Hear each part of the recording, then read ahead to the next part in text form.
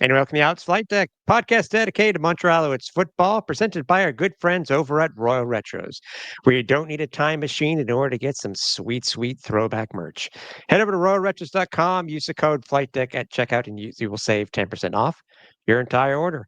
I'm Tim Capper. You can follow me on X or Blue Sky at Repact. That's REPPACT. Hello, is it me you're looking for? I'm Cliffy D. You can also find me on X and on Blue Sky over at Cliffy D. Ladies and gentlemen, before we do begin this show, we would like you to please rise, remove your caps, and join in the singing of the Canadian national anthem.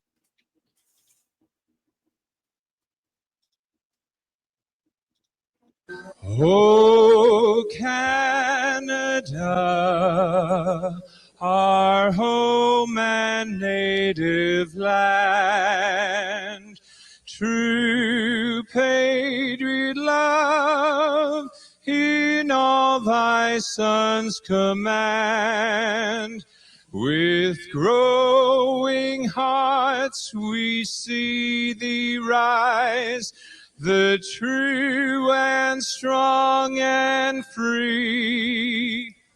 From far and wide, O Canada, we stand on guard for thee.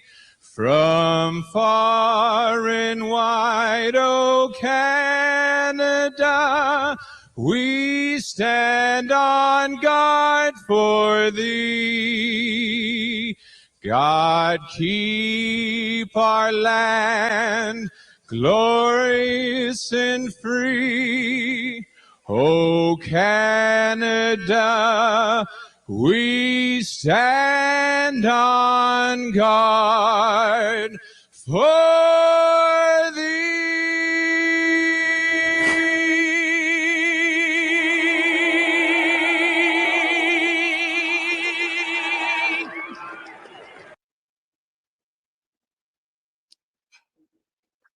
Chills, Know how to, literal chills. yeah, chills coming out of every orifice of my body. Wow. Ladies and gentlemen, 31 years ago today was that rendition of O Canada, which sounded more like O Christmas Tree, by Well, that one. wasn't supposed to be the case. No, No?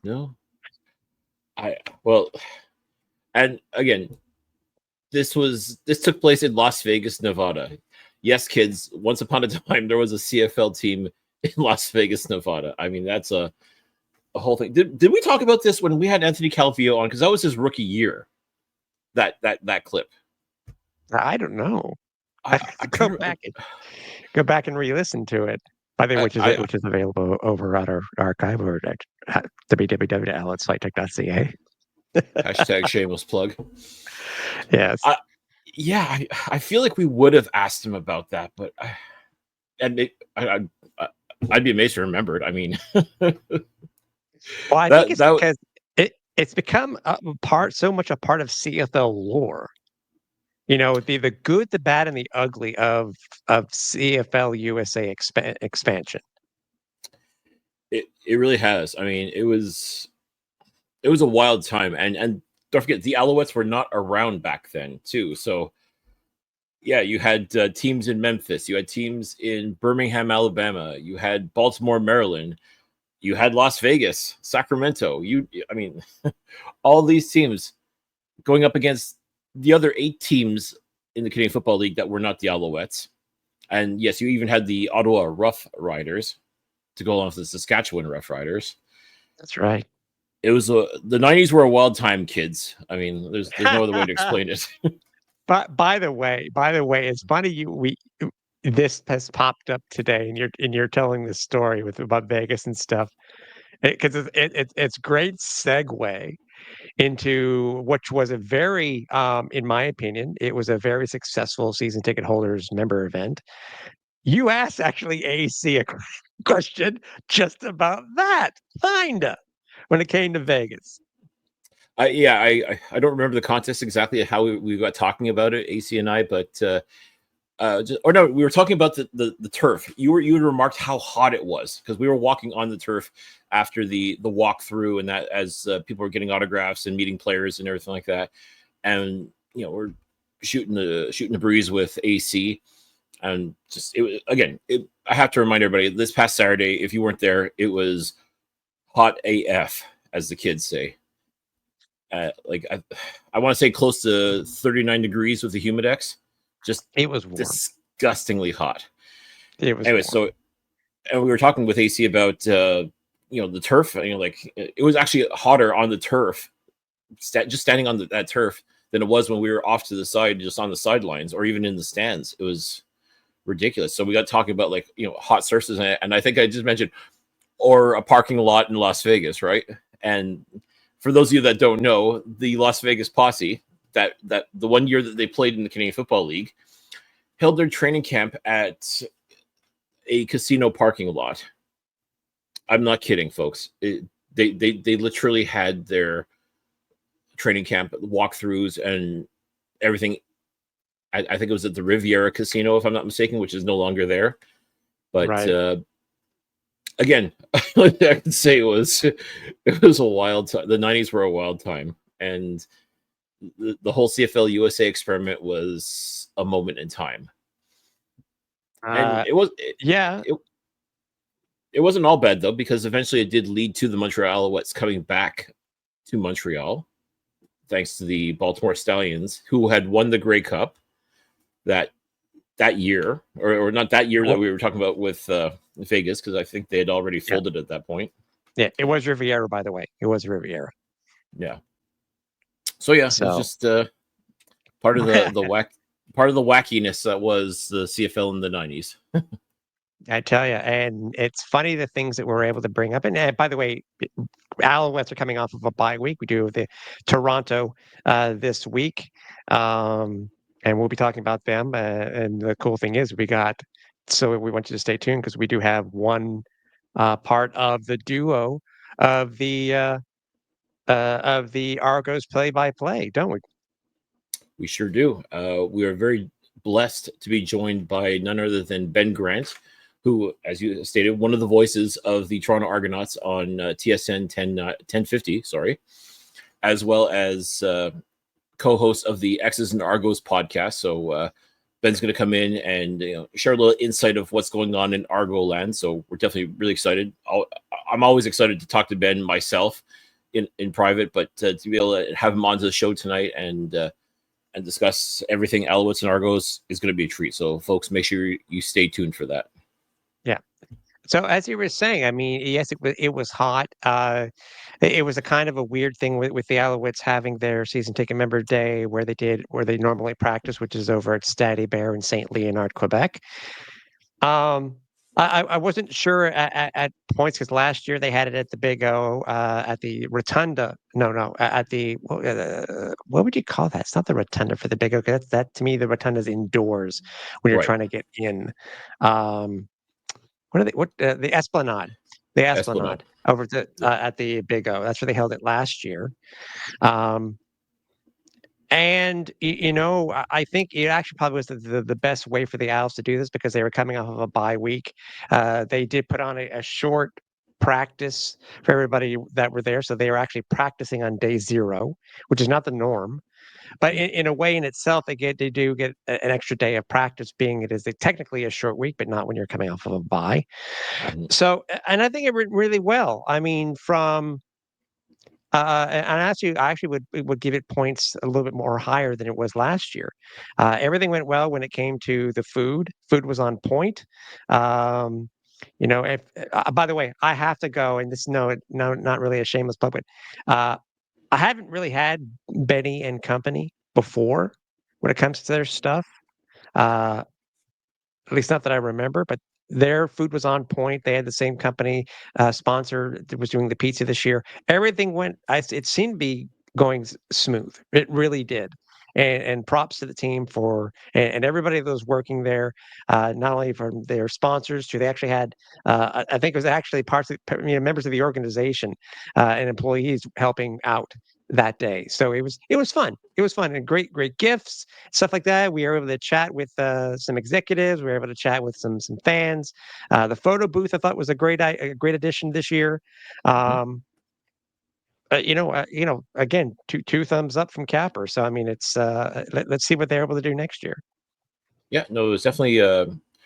I in a lot of ways it was improved. I mean, full disclosure though, when we got there and we saw the lineup and it stretched for a good long while, and we thought, oh my god, we're gonna be here all day. Just trying to get in a line to get into this event is gonna be a nightmare. But lo and behold, they scanned us through it. The line moved quickly enough and got in all right. And props to the food trucks that were there. Unlike the debacle from last year, where it took hours upon end just to get a slice of pizza, reheated in a toaster oven, it seemed like. I think they were a little more. I think they were a little bit more prepared this time around because, the lineups were kind of long for the food, but at the same time, there was a lot of turnover. There was a lot of, there's no futzing around or anything like that. Like they had a whole bunch of food ready to go, which to me, you have to do that. I mean, they get the numbers beforehand, even if you're better to overestimate and over prepare than under prepare. Like, you're going to get at least, I don't know, 500 people. Let's say that's the number that they know were based on pre-ticket sales. I mean, it was free event, but still pre-ticket sales. Let's say that you knew at least 500 people were expected to attend. You prepare for 500, or at least get like 100, 200, slices of pizza, puts-ins, hot dogs, whatever. Get those ready to go. Make sure you have tons of beverages cold on ice. It's going to be hot as hell out there. Make sure you have tons of ice cold water, beer, soda, whatever it is. Make sure you have lots of that ready to go. And then just no fooling around. Just, get in, get out, get in, get out. Like, that's how you have to do it. And by and large, they did that. Like, nobody was waiting hours on end just to get a free food item. And again, props to the Alouettes and props to the organizers for making sure, things went off without a hitch. I would definitely say a marked improvement from last year. It wasn't perfect by any stretch. I mean, no. You can't control the weather. I personally would have liked transit. There's also that too with public transit making it a little bit difficult to get to the stadium compared to having it at the Big O, where there's a metro station right there, as opposed to having to get to a metro station and then take a bus to get to the Stade Bear.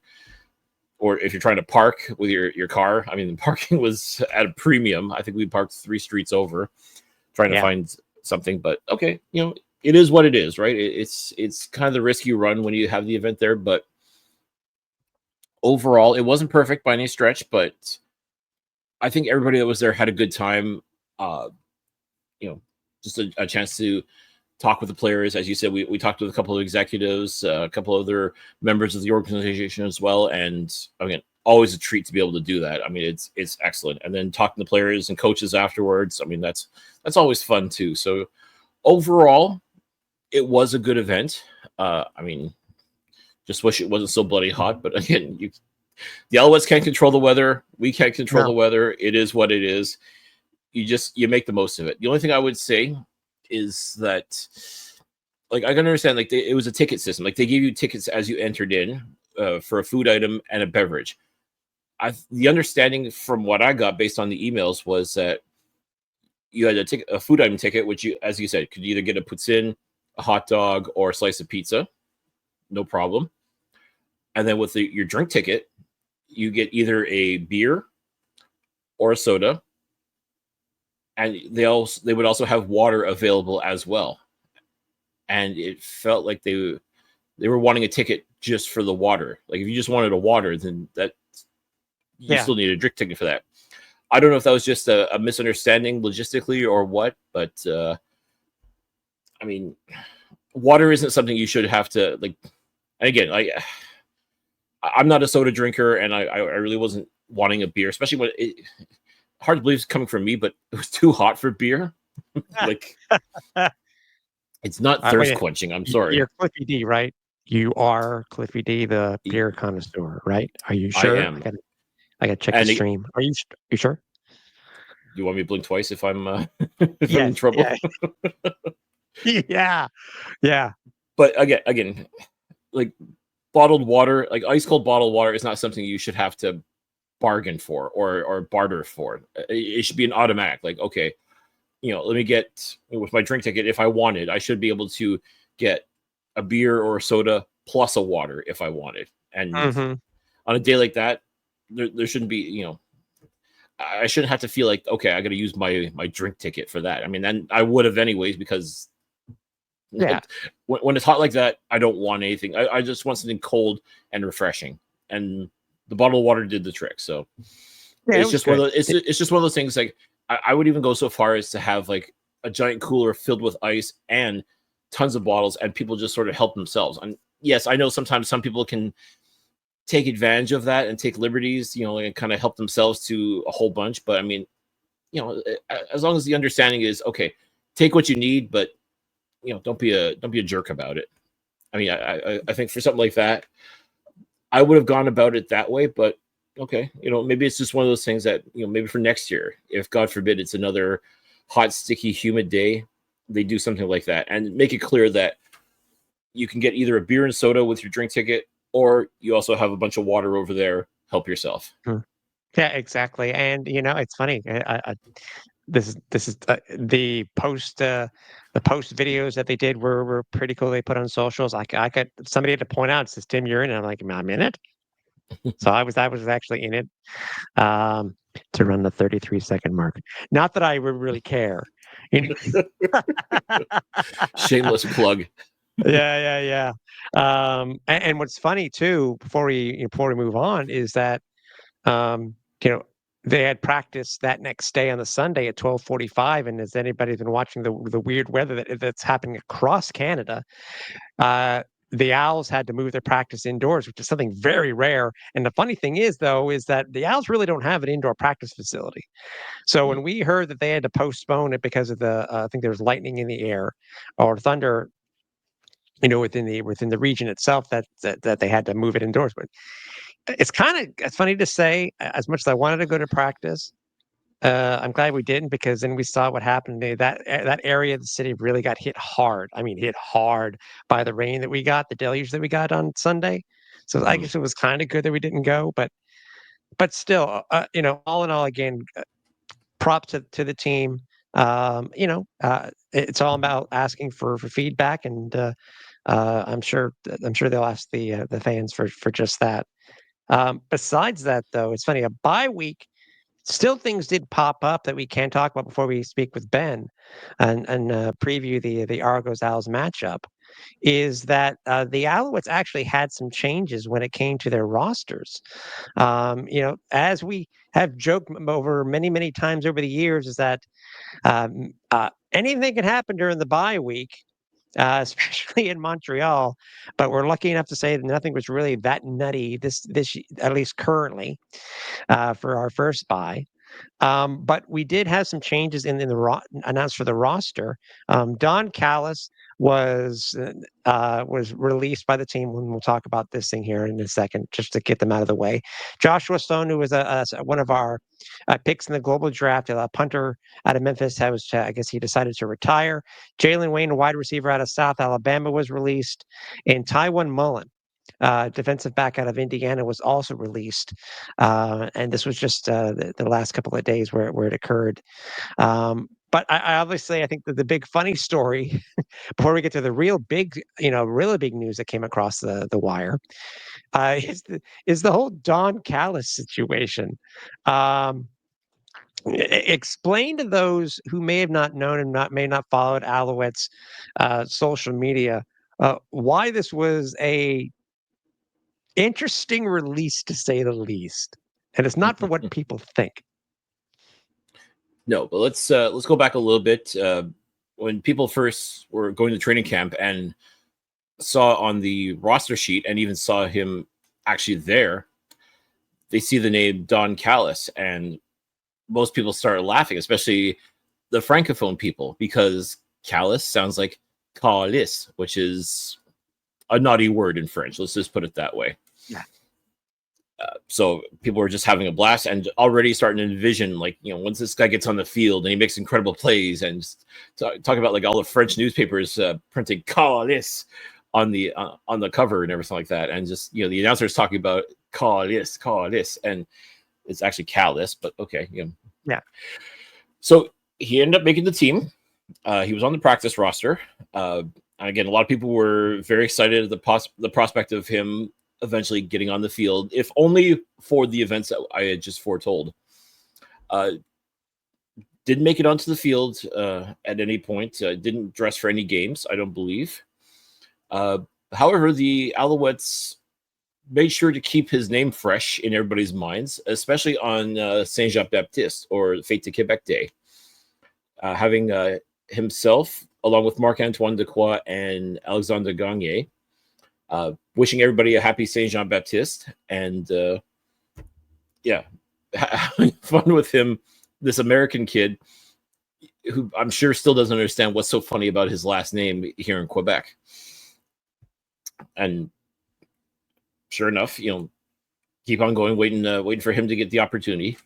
And then, in a really funny twist, the Alouettes have a contest with Don Callis, giving away one of his jerseys. And why is this interesting or funny, you ask? Is because there is also a professional wrestler whose name is Don Callis, spelt the exact same way and pronounced the proper way, the way that Don Callis, the football player, pronounced it, the American way. And they were giving away one of Don Callis, the football player's jerseys. They gave it away as a result. And the next day, Don Callis, the football player, was released after this contest, which is just one of those, okay, like, you really kept this guy around for that. And the Alouettes admin on social media were joking about, trust us, the marketing department's really upset about this release, which is funny all by itself. But I mean, it's just one of those, oh my, only in the CFL. I mean, listen, there's been no shortage of wacky, funny names in this league, but for the rest of Canada, they're like, okay, what's so funny about that? But here in Quebec, someone named Don Callis, yeah, it's definitely funny. It's definitely funny, but it just, is quite the interesting saga for one Don Callis.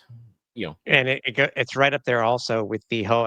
If fans remember when Vernon Adams, the Alouettes had this whole Vernon Adams.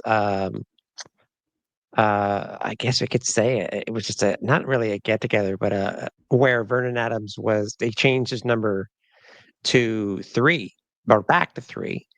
Mhm. And they had a whole thing where fans could come and get the new jerseys and get trade in one jersey, their number 8 Adams jersey for the number 3 jersey. Mhm. And then kind of similarly, I mean, VA wasn't released because he was a starting quarterback, but he got benched. So he was benched and then magically put on the 6-game list, and then eventually traded to Vancouver. Yeah. So it was, there's a little bit of that same energy as well, like, just keeping somebody around for promotional purposes, but at least Vernon Adams isn't at least Vernon Adams isn't a swear word in French, so I mean, I guess that's something. No, it's not. No, it's not. Lastly, before we get to the interview, the one big thing too that came across the wire is something that we have talked about quite a bit. We've joked about how this could potentially be, the resolution could come to this. But today, the league finally announced that currently former Alouette Sean Lemon has been reinstated by the CFL with conditions. Mm-hmm. But he is now free to sign with any team in the CFL that he wants. Any team that does sign him, they have been put on notice, obviously, that he still does have a 2-game suspension that he has to serve for using Banned substances. Thank you. Yeah, we'll use it as that. I was going to try to put it another way, but yeah. Yeah. But Yeah. Thoughts on this one, because there is and I don't know how we could take this, but there were talks on social today from local media that Sean Lemon was seen leaving the Olympic Stadium today with a hat and Alouettes hat and backpack in hand. You joked. I think we saw jokes like, "Oh, maybe he won a contest. Maybe he was cleaning out his locker again." I mean, I I don't know thought what it was, but maybe he's picking up his mail. You don't know. Maybe he was getting his mail yeah, forwarded to yeah, Luke Stadium. I mean, could be any number of reasons. no, yeah.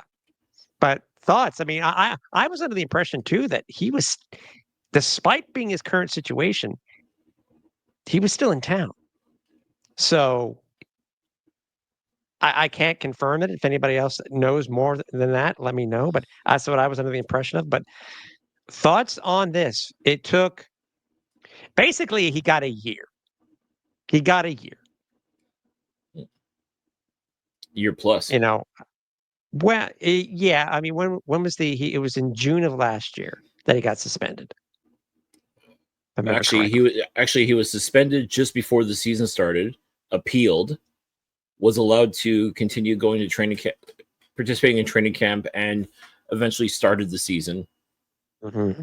I believe he played the first 5 games before his suspension was upheld or enforced.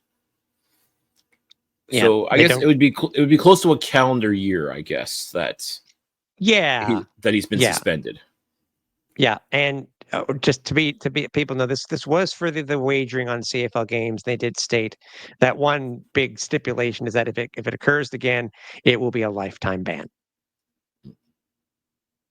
So, but he's going through they have him going through not rehab, but these type of programs for players and stuff like that. And thoughts on this, because even in today's media availability by the Alouettes, Coach Moss was not going to comment. I think he was told not to comment, which he didn't. Which is smart. Darnell Sankey though was actually asked about it too, and he gave his thoughts. If anybody didn't see it today, it is on their I think on their YouTube page. But what are your thoughts on this? And do you see him being teamless for a period of time, or do you think a team's going to sign him almost immediately?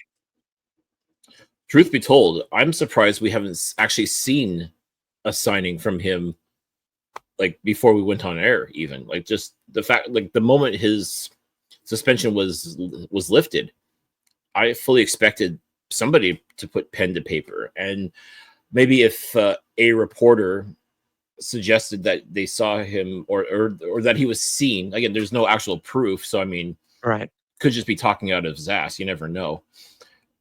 But if what this reporter is claiming is true, that Sean Lemon did leave Olympic Stadium wearing an Alouettes hat and a backpack, I mean, a lot of people are going to put 2 and 2 together and think, oh, maybe it's just simple matter of a formality, or like, maybe he will truly come back to the Montreal Alouettes. And if he does, that'd be great. I mean, we know what he did in his time in Montreal. He was simply dominant. He definitely was an integral part of this team, and this defense played so much different with Sean Lemon on that defensive line. And as great as this defensive line has been so far, and without him, I mean, Isaac Adeyemi-Berglund has come in, Lowell Ugalak, Joshua Archibald, Dylan Wynn. I mean, there's a lot of dudes on this line that have been playing outstanding football. And that's not to say that Sean Lemon wasn't missed, but I think what he brought to this team, especially in 2023, to help the Montreal Alouettes win the Grey Cup,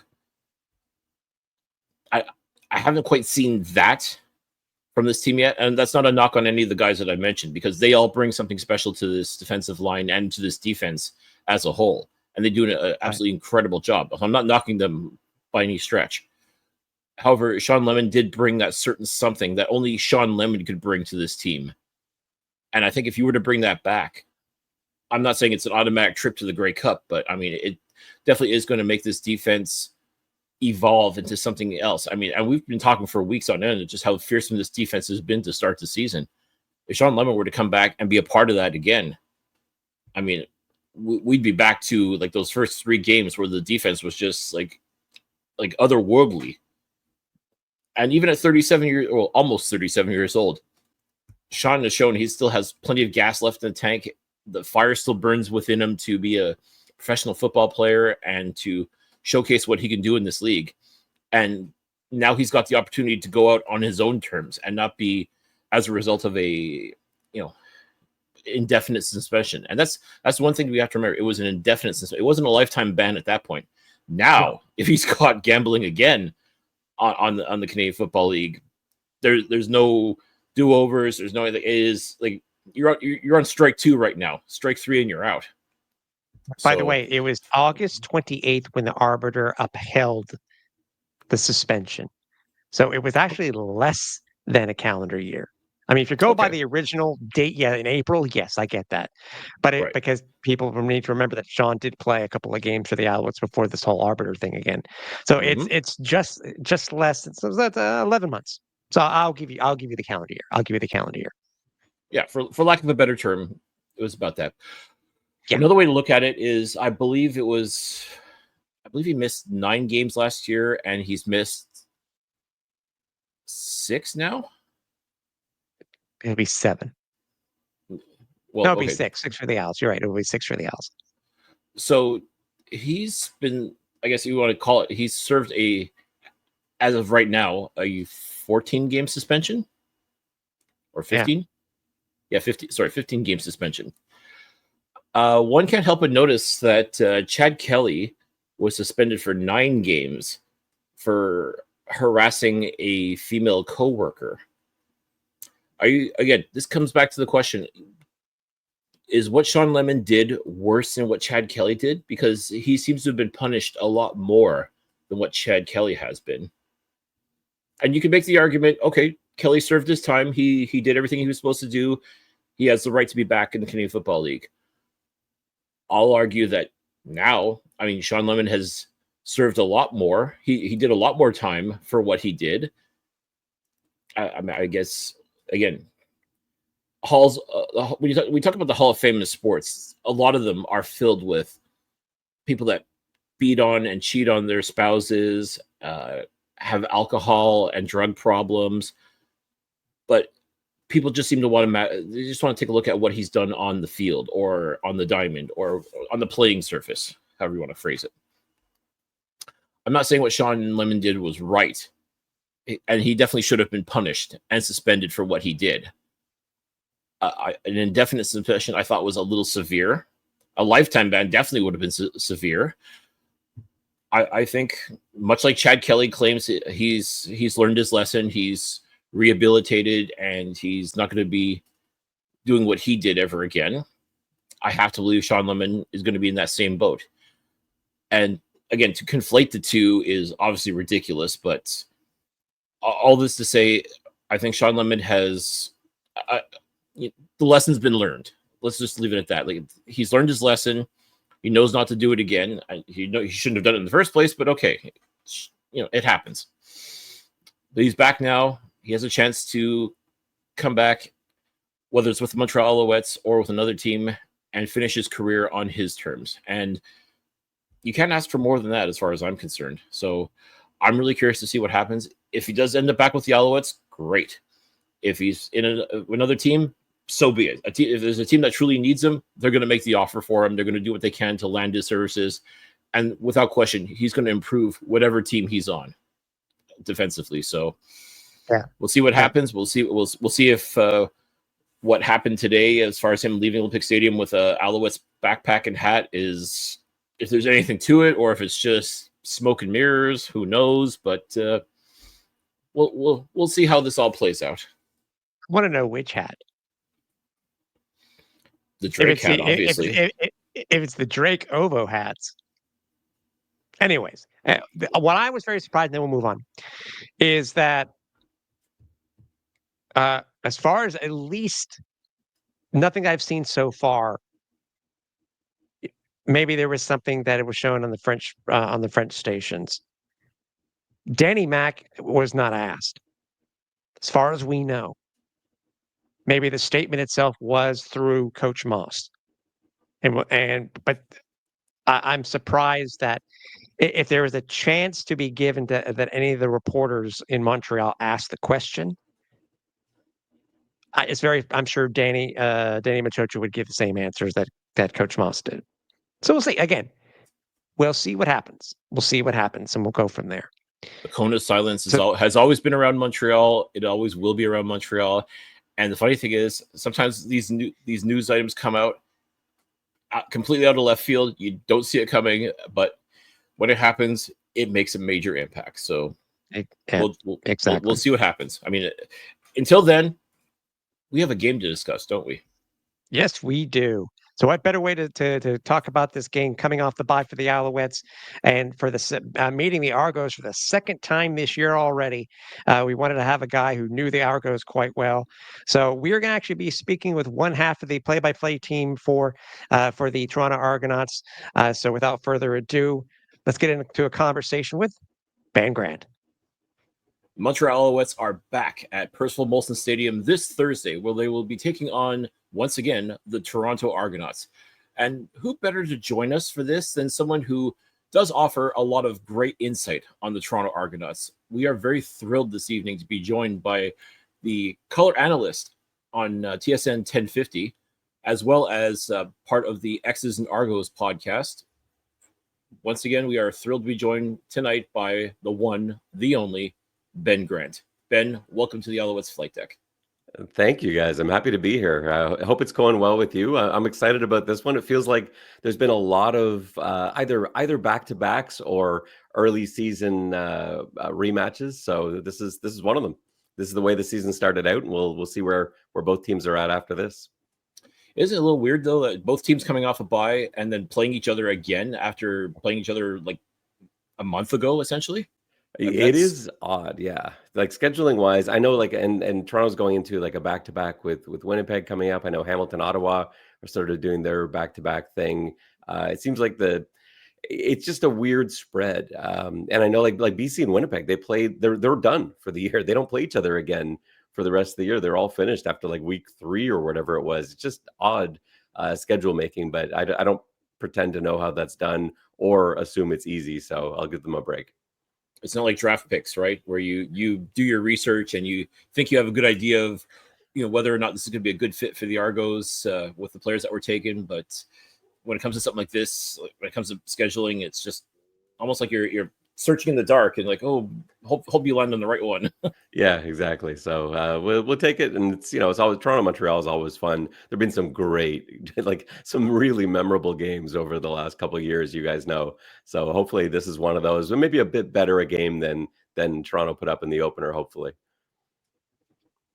Well, I mean, just the past couple of years, man, talk about since the Owls returned in '96, there have been more than just a few games between these two teams. And I was going to say, too, I'm trying to remember the last time that two teams came off of I know it happens in the CFL, but both teams coming off a bye to play each other that next week. I'm trying to remember the last time that I'd have to double check what I had for the Owls and stuff like that. But obviously, as everybody knows, the Argos are the defending Grey Cup champions. It's not the type of start that I'm sure that you expected that the Argos to have to start their run to hopefully go back to back. It's not. A lot of that comes down to injuries. Like you guys know just as well as anybody, like what life is like without a starting quarterback. Look at the last couple of weeks for the Montreal Alouettes. It's been tough, but it's not just Chad Kelly missing, and it doesn't look like he'll be playing this week against Montreal either. It's so many other key pieces too. So like I think you can kind of weather a backup quarterback. It's not easy, but you can. But when you're also missing your best defensive player in Wyndham McManus, and as well as you're starting O lineman, starting D lineman, but both your starting running backs, they had 9 starters missing for injury last week, or last game. So it has been tough.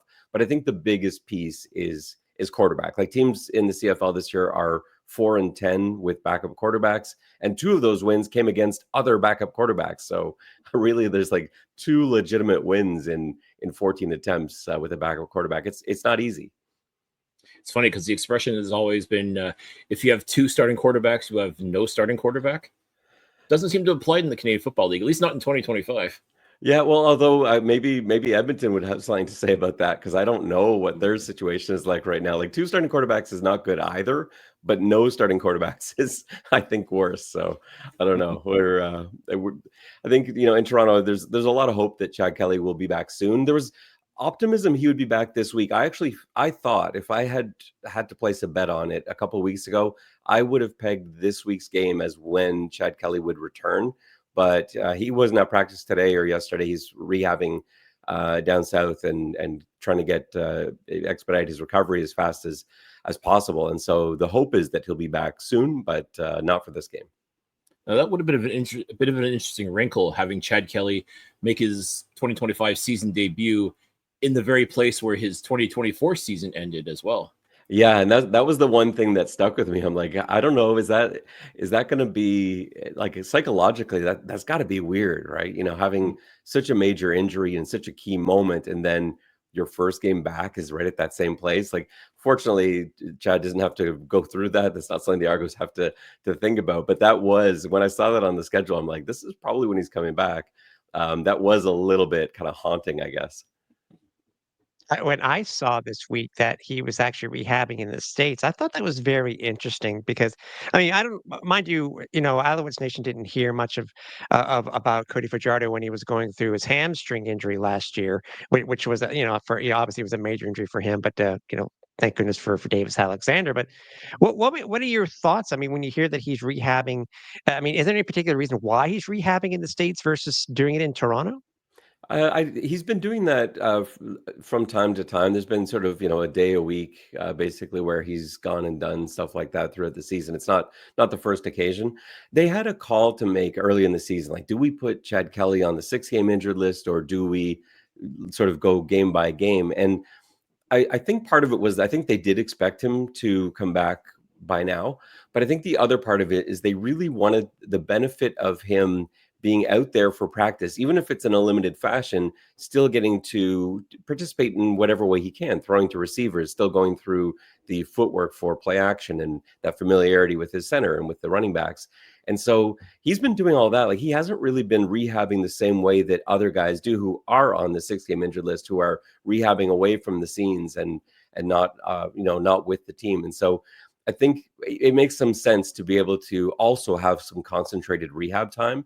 And I think that's where he's turned to, this particular program that I guess he's going with. So that's the way that I look at it. I don't see this as being. It sounds unusual, but when you kind of break it down and sort of realize, well, this isn't your normal 6-game injured list thing, because he wasn't on the 6-game injured list, so he's just getting that extra rehab work in Buffalo when he can do that. Is the way I read it. It's almost like when Vernon Adams was here, he was doing he was doing it in some of his rehab in one of those hyperbaric chambers and stuff like that. It makes me wonder. I mean, maybe Chad's doing some of that stuff too. I mean, I don't know, but I mean, it's we've. I'm sure all 3 of us have talked to many a player who's been hurt, and just curious to see how they try to get how do they try to get back on the field faster. In your thought, Ben, could it also be not only a rehab thing, but it could also be that that he hasn't been medically cleared?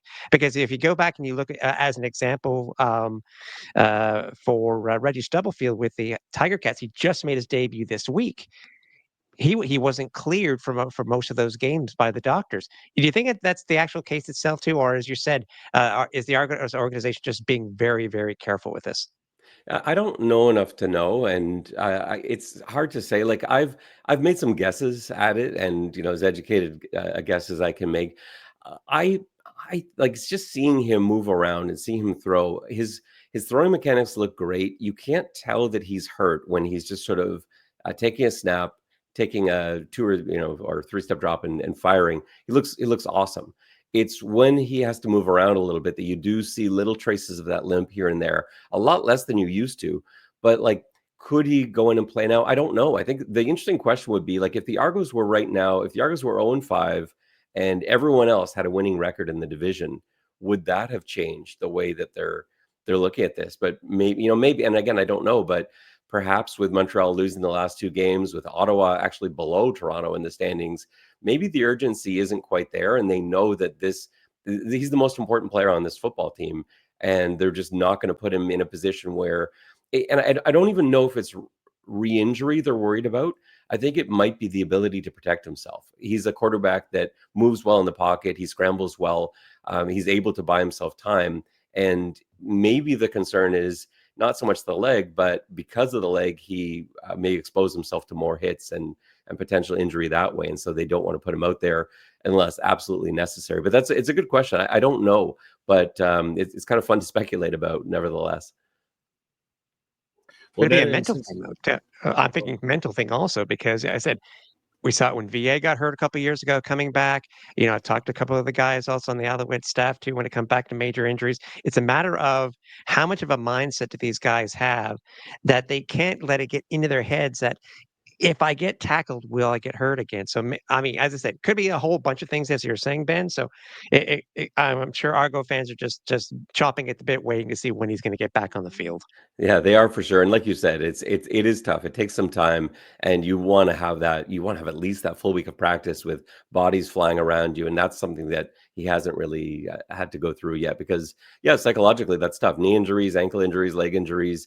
To get back in the pocket and feel that crowd around you, all these like 300-pound men, and you're trying to stay in there and do your job. It's not easy when you're also thinking about, oh, I hope my knee's okay, or hope my ankle's okay, hope my leg's okay. Well, it's a good thing the Argos do have a very capable quarterback in Nick Arbuckle, who, by the way, is a Grey Cup MVP, incredibly enough. However, this year, I'm finding with Nick Arbuckle, like, there's times where he looks like that Grey Cup MVP, and then there's times where he really does not. I mean, I'm kind of at the point myself where from what I've seen of Nick Arbuckle in 2025, it's almost like, will the real Nick Arbuckle please stand up? Because you either got, an absolutely outstanding MVP caliber quarterback, or you got a guy that kind of looks, lost in the headlights, or just, doesn't seem to have a full grasp of the offense. I mean, in your opinion, what do you think it is about Nick Arbuckle that's kind of been a little frustrating at times for Argo fans? I think there's 2 plays in particular that stand out. One of them you guys saw in the first week of the season, right before halftime, just trying to throw that ball away, kind of pops up into the air, ends up getting returned for a touchdown like that. It was such a massive mistake at the time, and I think that kind of stays in people's heads. And then against Calgary, there was a pick 6 where he had thrown a short hook to the wide side of the field to Dave Ungerer repeatedly in this first half. And then he went to it one too many times, and it got picked for a touchdown. Those 2 plays aside, I think he's actually been okay. I think his stats are decent. I don't think he's made a ton of big mistakes. He's had more interceptions than I think I would like 7 interceptions, 7 touchdowns. Those interceptions have been costly at times. Like, ideally, as a backup quarterback, you don't want to make mistakes. You don't necessarily need to go out and win the game. You don't need to throw for 400 yards and 4 touchdowns. You need to not give it away. And I think there's probably too many turnovers on his resume this year. But I think aside from that, his decision-making's been good. It's just the other areas haven't really contributed enough to get the Argos wins. Like last year, without Chad Kelly for those first 9 games, they did okay because the defense was scoring touchdowns, special teams were scoring touchdowns. All 3 phases were sort of contributing. And whether it was Cameron Dukes or Arbuckle last year, the offense was getting 1 or 2 touchdowns, but that was about it. They're doing more than that this year, but they're not getting the help from the other areas. And, in some cases, putting up like 38 points and that not being enough to get a victory. It's definitely frustrating, especially, again, as much as people love a good defensive battle, you want to see touchdowns. You want to see your team put points on the board, and not just field goals either, which, again, the Argos have no worries there with Liram Haralau, but people love touchdowns too. Yeah, for sure. And you're looking at Jimmy, and is it? I don't understand what the cause is here. I mean, is it that the that the Argos haven't been able to balance out their offense at all when it comes to rushing and passing? Because I mean, the Argos themselves, I mean, they're last in the league. I never thought of saying this, but they're last in the league in rushing yards. They're only averaging 46.2 per game, and they're second to last when it comes to net offense. I mean, is it just a combination of not being able to get the offense going?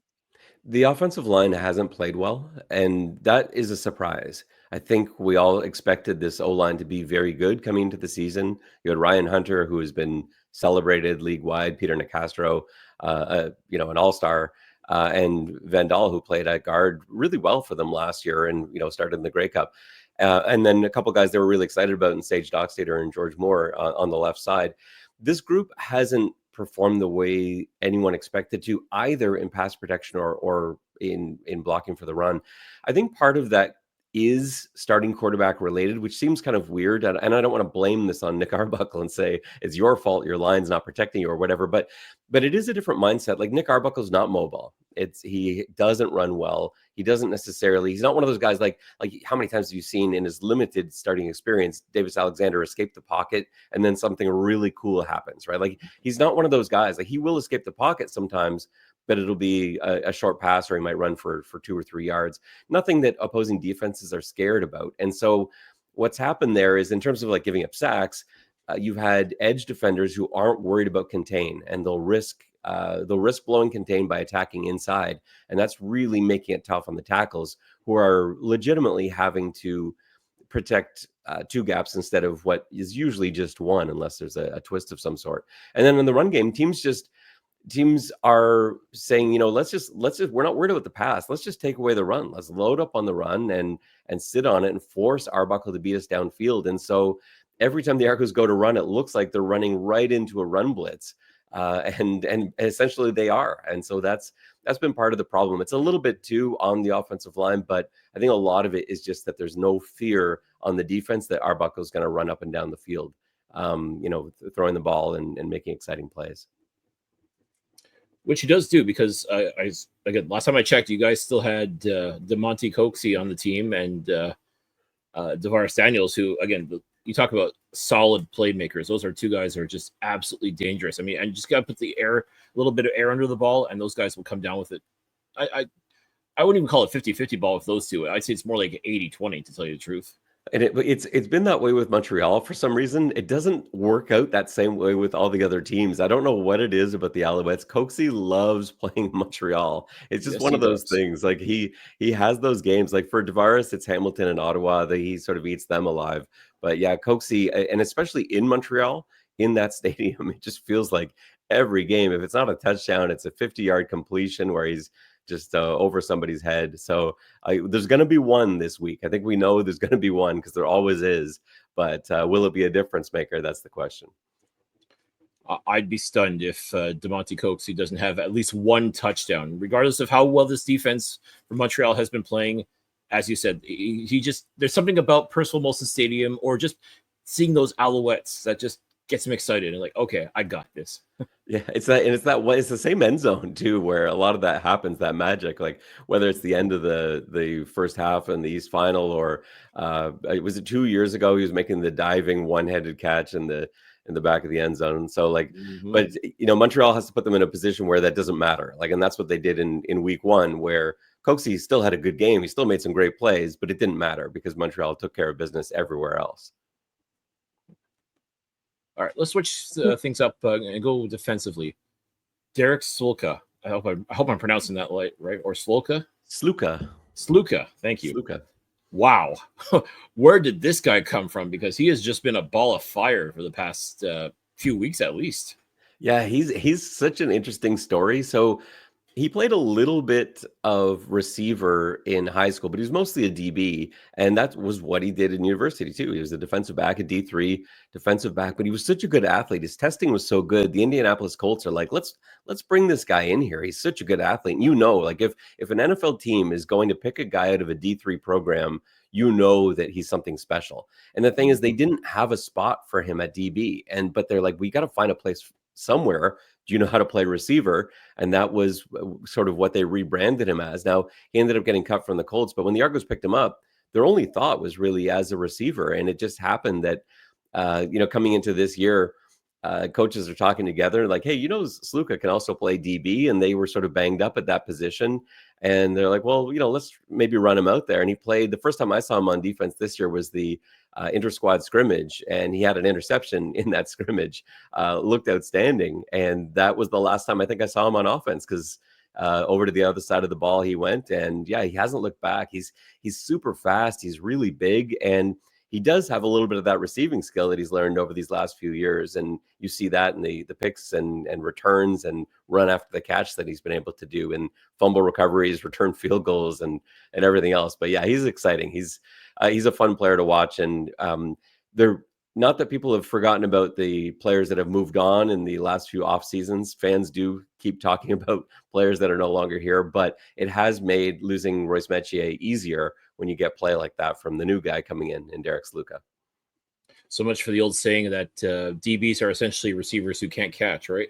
Yeah, I think he's the exception to that. He's so much fun to watch, and so much bigger than you would expect him to be too. And that's, I think, what kind of makes him an interesting player. And you guys sort of have that in Montreal too, and an exciting safety that has size, has speed, can hit. He's multi-skilled. So yeah, it's a pretty fun element of the CFL game, that sort of one high DB who can kind of do it all. Obviously, we were talking about this pregame. Weather aside, we're hoping that this game is played in its entirety. We'll find out. But no, looking at the matchup itself, I mean, I do know the Owls and Argos are 1-2 when it comes to sacks by the defense and stuff like that. I mean, we've seen throughout different times of the year where defenses are just getting gassed for one particular reason or another, and that's on both sides of the ball. But if you look at this actual matchup itself, Ben, what do you find that the Argos are going to need to do in order to make sure they get out of Purcell Molson with a win? Well, I think defensively, they have to do a better job of keeping Alexander in the pocket. That's, I'm assuming he's going to be the starting quarterback this week. It seems like that's where everything's headed. That was where everything broke down for them in week one. Like all of Montreal's success seemed to stem from their concern with Alexander breaking the pocket, because he did multiple times and he made them pay when he did. And then when they're thinking about him, suddenly that's when the running game could open up. And when he's able to buy time, it means receivers can run double moves. They can lose defenders in those long sort of over routes. And Alexander's really good at finding, I've been so impressed with him, like watching. I haven't got to see him as much as you guys have, other than just, watching the games on TV and stuff. But he has really impressed me with the maturity that he shows in his patience, like waiting, knowing what's coming. It's like, if I can just buy one more second, I'm going to have this big play opportunity here. And he finds a way, uses his legs to buy himself time, and then he goes deep downfield. And you see so few new quarterbacks, young quarterbacks with that kind of mentality. They're all so eager to check it down and just to get rid of that football. But I love the big play potential he has, and that's got to be Toronto's main concern. Like offensively, they're just going to have to try and get their yards here and there, plug away, not give the ball away, not make mistakes. But defensively, I think it all starts with being able to contain Alexander, force him to stay in the pocket. Don't give him too much time either. Like that's the trick, right? Like, how do you don't want to let him go, but you also can't let him sit there. So you got to close your space around him and see what you can come up with. Is there somebody that we need to be taking a look at, both on actually, give me one player on offense and one player on defense that Montreal fans should be taking a look at on the Toronto side, that, watch out for this guy, because he's just like one play away from having like a breakout game. Okay, I got a couple actually. So, and I know that's not all you asked, and I can't follow instructions. So on offense, I'm going to give you two, because I think Kevin Mittal has been very exciting this season. Again, not so much in that Montreal game, but after that, he really did get going. He had a couple of huge games. They're trying to find ways to get him the football, and he would love to put on a show in Montreal. And so, I think he is potentially gearing up for a big game. The other one is Kalen LeBourne, who I expect to be the backup running back when the depth charts come out. We'll have to wait and see, but I think he was just hanging around, didn't have a job, and they brought him in because they lost their two starting running backs, and so LeBourne came in, and he's only touched the ball a couple times. One carry, got a touchdown on it. It was only for a yard, but he's looked really exciting as a receiver, the kind of guy that gets a swing pass, looks like it's going to go 3 or 4 yards. Instead, it goes 12 or 13. And so, he's a player that I think is probably going to get a fair number of touches, fair number of, might not be carries, maybe out of the backfield passes, but I think he's the kind of guy that can score from anywhere on the field. And I think I'm waiting at some point, he's going to have one of those breakout games where everyone's like, who is this guy? Like, how is he being on several different rosters and never find a way to stick? I think, this could be a game where you see LeBourne. And then on defense, I actually think, and this is going to sound less exciting than it is. I think Cam Judge, and that's not exciting because it's not a new name. Cam Judge has been an all-star. We all know him, but he hasn't been able to play the way that he plays best because he's been without Wyndham McManus most of the season. And even in the first couple of weeks, it wasn't healthy Wyndham McManus. Wyndham got banged up in preseason, and he never really looked himself. I believe he's back to full health now. And if Winton can do what Winton does, and Judge only has to worry about his job instead of doing the job of a few different people, I think he could be lights out. And I think he's had a couple missteps, been just a split second away from having huge plays this year. And so I expect at some point in Wyndham McManus's return, we'll see the return of the Cam Judge that we've been so familiar with in Calgary with those all-star seasons. And he was born in Montreal, so maybe there's a little part of him that wants to maybe show out in his hometown, for lack of a better term. Yeah, no, exactly that.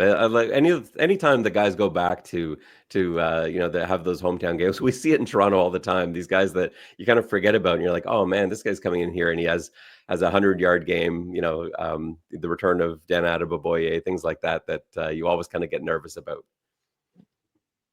And tell you this because obviously, we're all waiting with bated breath for the depth charts to come out. CFL injury reports that with their last day of practice ban have shown up, and I can tell you that that Caesar, Hunter, Chad Kelly, and Myron Williams are the only ones that are being listed as out for the Argos this week. Is it Sirocco? Darius Sirocco is listed as questionable. But one of the things I actually wanted to ask you about specifically before I saw this is what we're talking about the potential issues at running back for the Argos. The Argos let go Kevin Brown today. I mean, is it a surprise to you? Not really. They had, because I expect Deontay McMahon to come back in and play, and so they basically had one too many running back. Like Kevin Brown wasn't on anyone's roster a few weeks ago, but then they lost Myron Williams, they lost Deontay McMahon, and with both those guys out, they had to go into the free agency market, and that's where they found Kevin Brown, and that's where they found Kalen LeBourne. LeBourne looked more impressive. Like Kevin Brown was only averaging just over 2 yards a carry in the last two games, both of which he started. And I think of all those four guys, his pass protection was by far the worst. And so I think that's probably why they let him go, because now with McMahon healthy, who he probably gets the start this week, and LeBourne will back up, they feel pretty comfortable with those two guys, but they're going to have to make another call in a couple of weeks' time or whenever it is when Myron Williams comes back. He's the best back on this roster and the best pass protector. So I would expect they're going to have to make another move. Either someone goes to the practice roster or is released, which is tough because I think all of these guys the running backs are good. Like you can find great free agent running backs. Like from Montreal, like just to the fact that you can have this guy that you kind of think is a potential all-star, and then suddenly he's released the next day because there are so many talented running backs out there. It's really unfair to them because there's probably 10 guys just, waiting for a phone call right now that in the right situation could be 1,000-yard rushers. And, Walter Fletcher obviously comes to mind there. But Kevin Brown, I think if he were on the Argos last year, probably runs for 1,000 yards because, he's a great athlete. But in this situation, he just his pass protection wasn't quite there. And so I think that's why they decided to let him go. Anyway, McMahon, great. As soon as we heard the actual pronunciation, that was absolutely amazing. I was like, have you been able to speak, actually, out of curiosity, Brand, is that always, I mean, obviously people asked him how he pronounced his last name. It's weird to say, why do you pronounce it that way? I mean, it's like, Yeah. I mean, it's like, if we could, we can go across the board here and we could pronounce each of our names completely different ways, but I just found it really, really intriguing.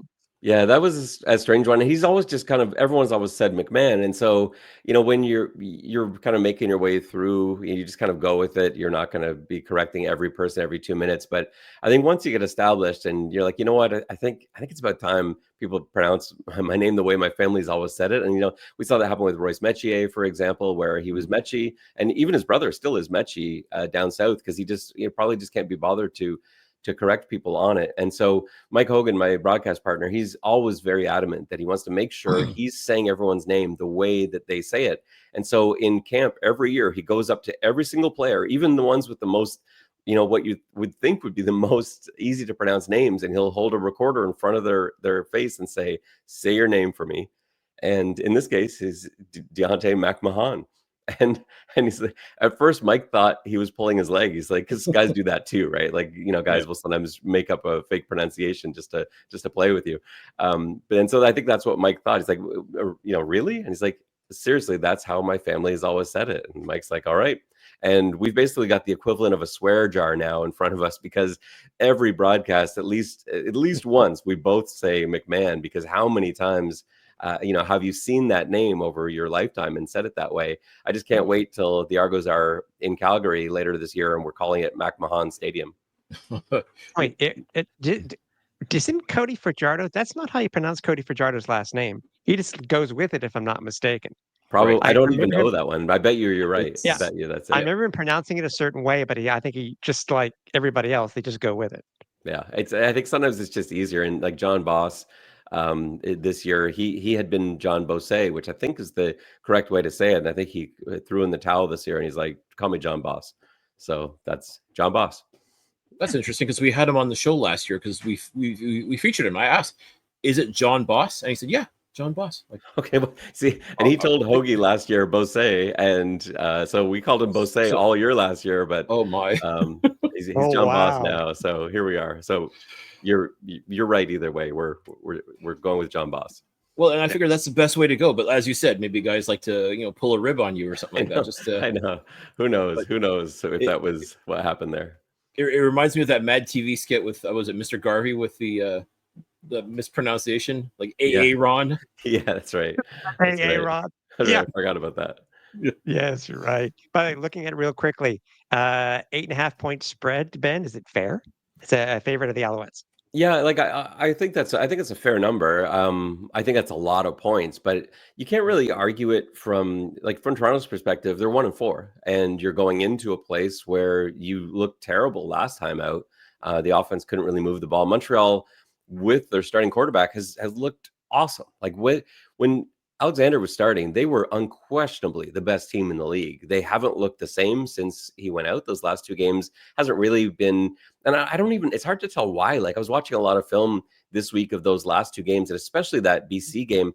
I don't even know, like it seemed to affect the defense was still playing well, but it's amazing how the removal of one guy can be such a change a team around, because they went from looking unstoppable to just not that interesting a team. And I expect with the return of Alexander, they're going to get back to what they look like in those first 3 weeks where nobody could come near them. So I think it's a fair spread. I think Toronto needs to not make mistakes. They need to capitalize on every opportunity they have. They have to force Montreal to make some mistakes, and that's going to have to be how they win this football game. Maybe rain actually favors the Argos in this case. I always felt like as a coach, I hated rain when we were the better team, because it's an equalizer. You get weather, and that can suddenly turn what should be a blowout into a really interesting game. Ball slips out here or there, and suddenly there's a score going the other way. Maybe rain can go in Toronto's favor, as well as them connecting at the right times too. And it's crazy because there's been like heat, humidity, like crazy here in Montreal the past couple of days. So they've been practicing in that, and then all of a sudden to go to a Percival Molson Stadium Thursday night and have it be raining cats and dogs, that's a complete paradigm shift. And yeah, I want to believe that most good teams can roll with it and adjust accordingly. But you're right, it's something that could definitely play a factor.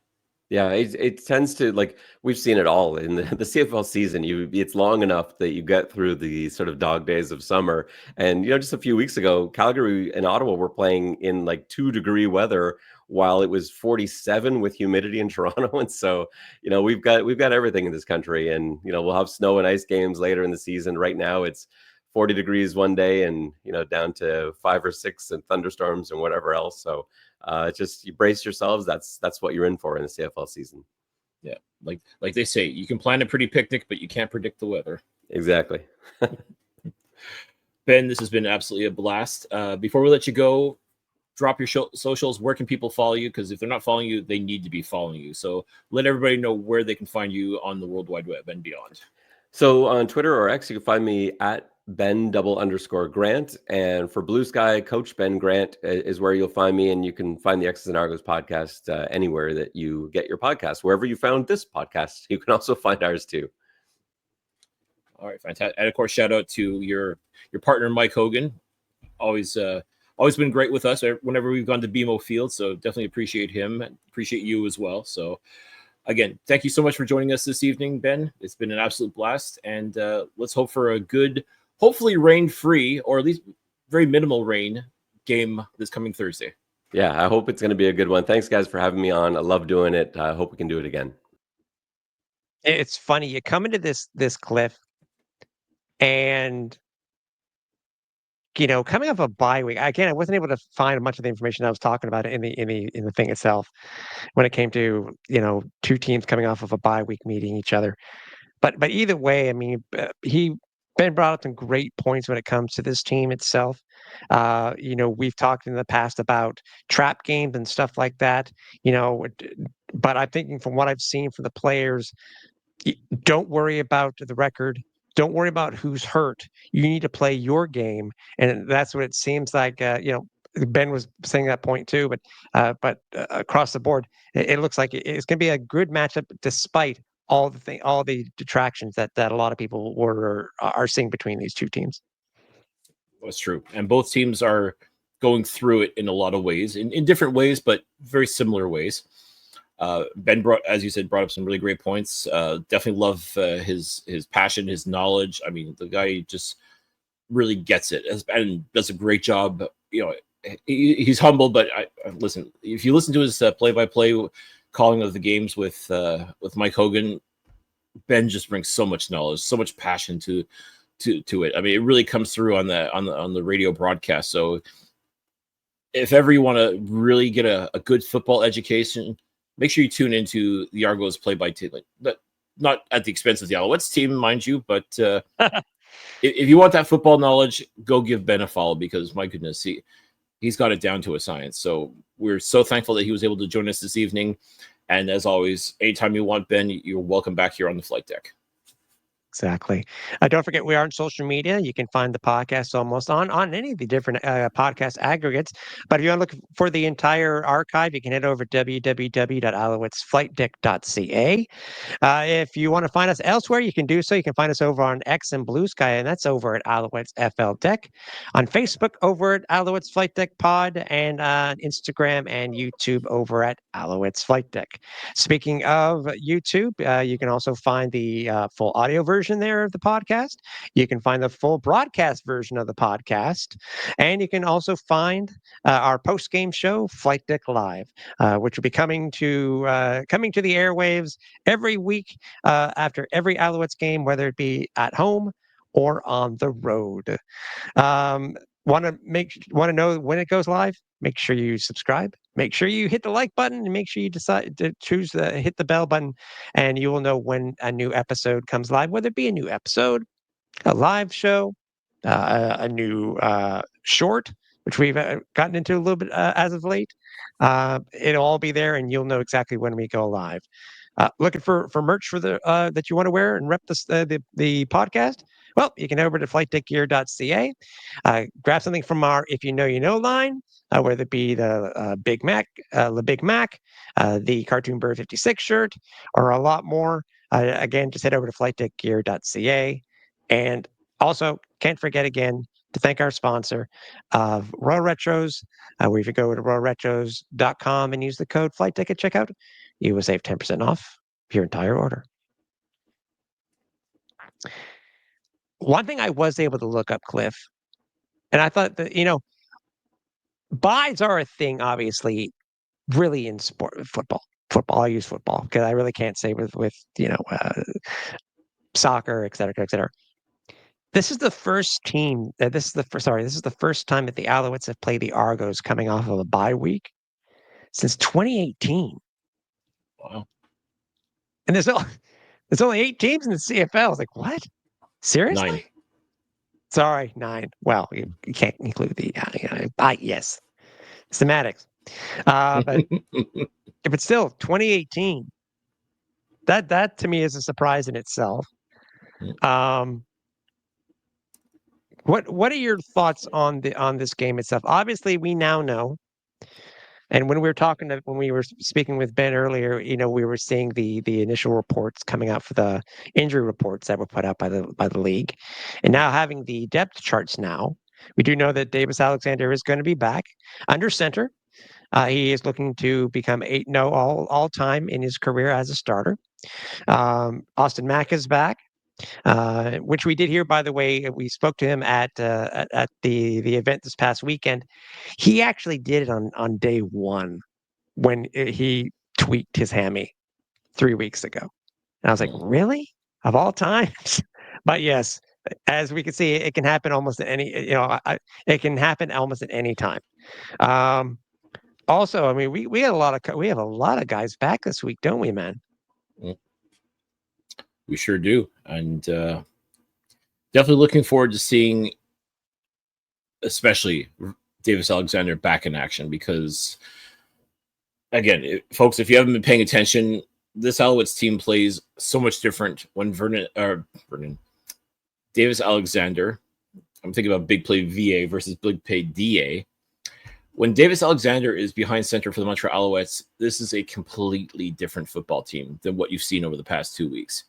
And it couldn't have come at a better time. And again, not to dismiss the past 2 games as, they only lost because Davis wasn't playing. It's not about that. I mean, it's still the same team by and large. It's just that the attitude, the mindset, the focus, everything is just completely different when Davis is on the field and when he's leading the charge. It's not a knock on McLeod Bethel-Thompson, but he had 2 opportunities to showcase what he can do, and I think all it did was just strengthen the resolve that, Danny Machocha made the right choice during the offseason last year when he said, Davis is my guy, Davis is the quarterback number 1 going forward, and Cody Fajardo, he can either stay or leave, and ultimately, he left. This team, it looks and feels and plays, and you see it right away. Even just the walkthrough that we were at this past Saturday, just to see Davis out there, running about and, connecting with his receivers and just leading the charge. I mean, even in a walkthrough, you see the preparation, you see the mental focus that he has, and just looks so good doing it. He looks like a leader. He acts like a leader. He carries himself like a leader. And sometimes that's what it takes to win. You need your leader out there, grabbing the guys by the scruff of the neck, say, hey, let's go get this W. And Thursday night, that's exactly what Davis Alexander is going to do when he gets behind center.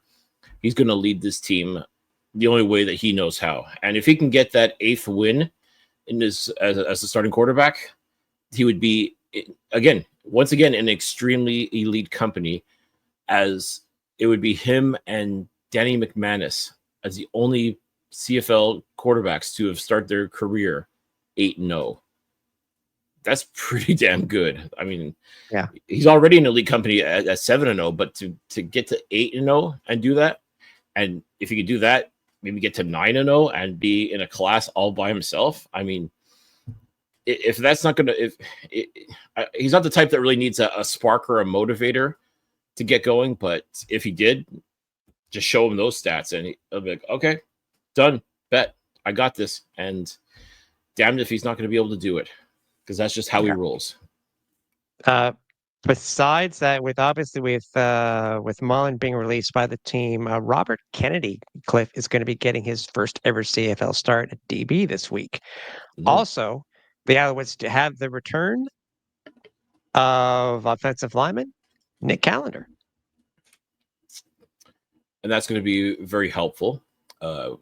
Nick Callender is arguably one of the best tackles in the game.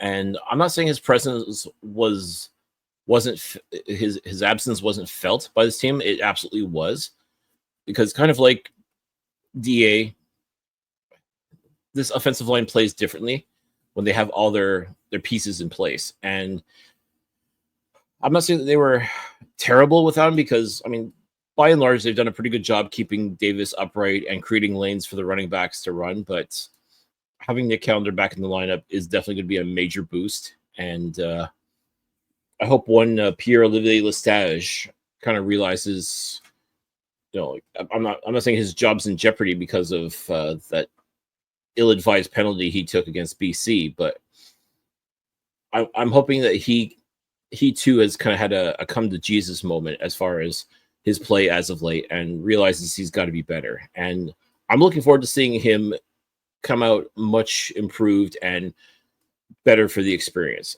That's my hope anyways, because we know he's a talented part and a very integral part of this offensive line. But you can't be doing selfish penalties like he did 2 Saturdays ago. That if you want to get this W against Toronto, and all indications are, the Alouettes have a very good opportunity in order to do so. But you got to stay disciplined. Simply put, I mean, okay. As we talked about in the last episode, even if you're the most disciplined team, you're not going to be guaranteed the win. But that's another discussion altogether. But all this to say, this offensive line needs all its pieces in place, and having Nick Callender back is a major, major boost to that confidence level.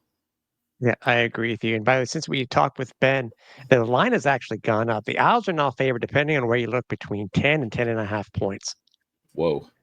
I'm sure a lot of that has to do with the fact that Chad Kelly will not be playing in this game. Perhaps if he was, and if Davis Alexander wasn't, then I think the lines would be a lot closer. Like, I'm talking like 1 or 2 points difference, as opposed to close to 10. Like, it's remarkable. And listen, I still think Toronto, despite their record, has a chance to be a dangerous force. And Demonte Coxey, for example, loves playing in Montreal.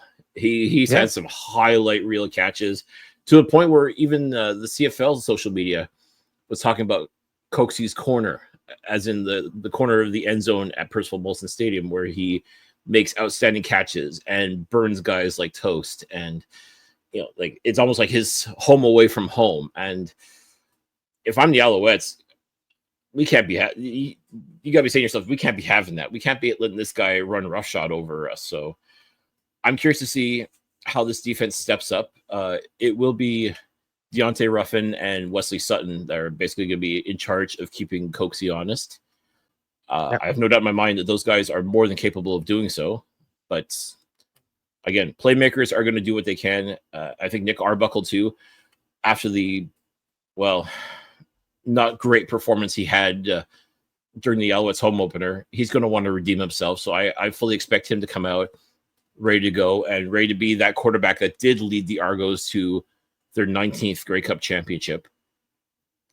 Will he be able to do it against this Alouettes defense that I think is going to be hungry and motivated and just a little bit pissed off? Anything's possible, but all I can say to Nick Arbuckle is be ready, because this defense is definitely going to be ready, and they're going to want to atone for the last 2 games. And what better opportunity to do that than at home in front of their faithful fans and against a team that they've already tasted victory against. So, they're going to want to go and get that season series as well. If they win on Thursday, that's the season series right there. Even though they play one more game in Toronto, the Alouettes would be up 2-0 at that point if they can pull off the win against the Argos on Thursday. It is big, and I think that's what's been talked about most of the week when it comes to the post practice media availability, is that go 1-0. It doesn't matter what Toronto's record. The big thing is that we need to play better. And as you said, it would be 2-0 in the head-to-head this year. So there are a lot of things. As I said, it's this is a different team than it was just 2 weeks ago. Obviously, having Davis Alexander back under center, we're curious to see if there is any rust. We're hoping, obviously, just I'm sure as Alouettes Nation is, that we're gonna see the Davis Alexander that we saw in weeks 1, 2, and most of 3. Yeah, and as far as Russ, I don't think so. If only because he hasn't left the team to do his rehab. Like he hasn't hidden away to rehabilitate himself.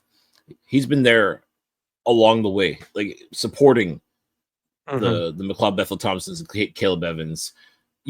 During those 2 losses, he was still on the sidelines, still there, still encouraging his guys to help them out as much as he's able to. So I'm not too worried about Russ when it comes to Davis Alexander. I think, like most cases, I think he's probably even looking forward to getting that first hit out of the way. Like, the first time he gets knocked to the ground, just so he knows, oh, okay, I didn't die, so we can keep doing this.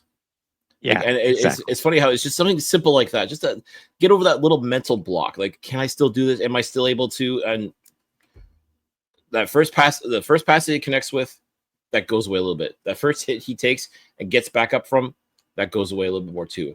That first touchdown he throws, he'll be back like he never left. And that's it's that mindset that he's got to get into and keep. And if he does that, the rest of the team is going to follow suit, and they're just going to play lights out football and get back to their winning ways. And for Alouettes fans, I sincerely hope that's how it all plays out.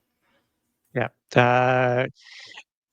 As we were talking with Ben before, and as we've been watching out, checking recently, just make sure before you guys head down to the stadium, make sure you just bring whatever is necessary, because it may rain, it may not. It actually may get cool too, because supposedly, depending on when the cold front comes in, the temperature may dip down, quote unquote, dip down to 15 to 17 degrees. So to bring whatever is necessary. Obviously, we're going to be in our normal spot in Y1, and come on over and say hey, because we always cherish being able to talk with everybody, with the fans of the show. And I think we had another one this week at the season ticket holder event too. So we sure did.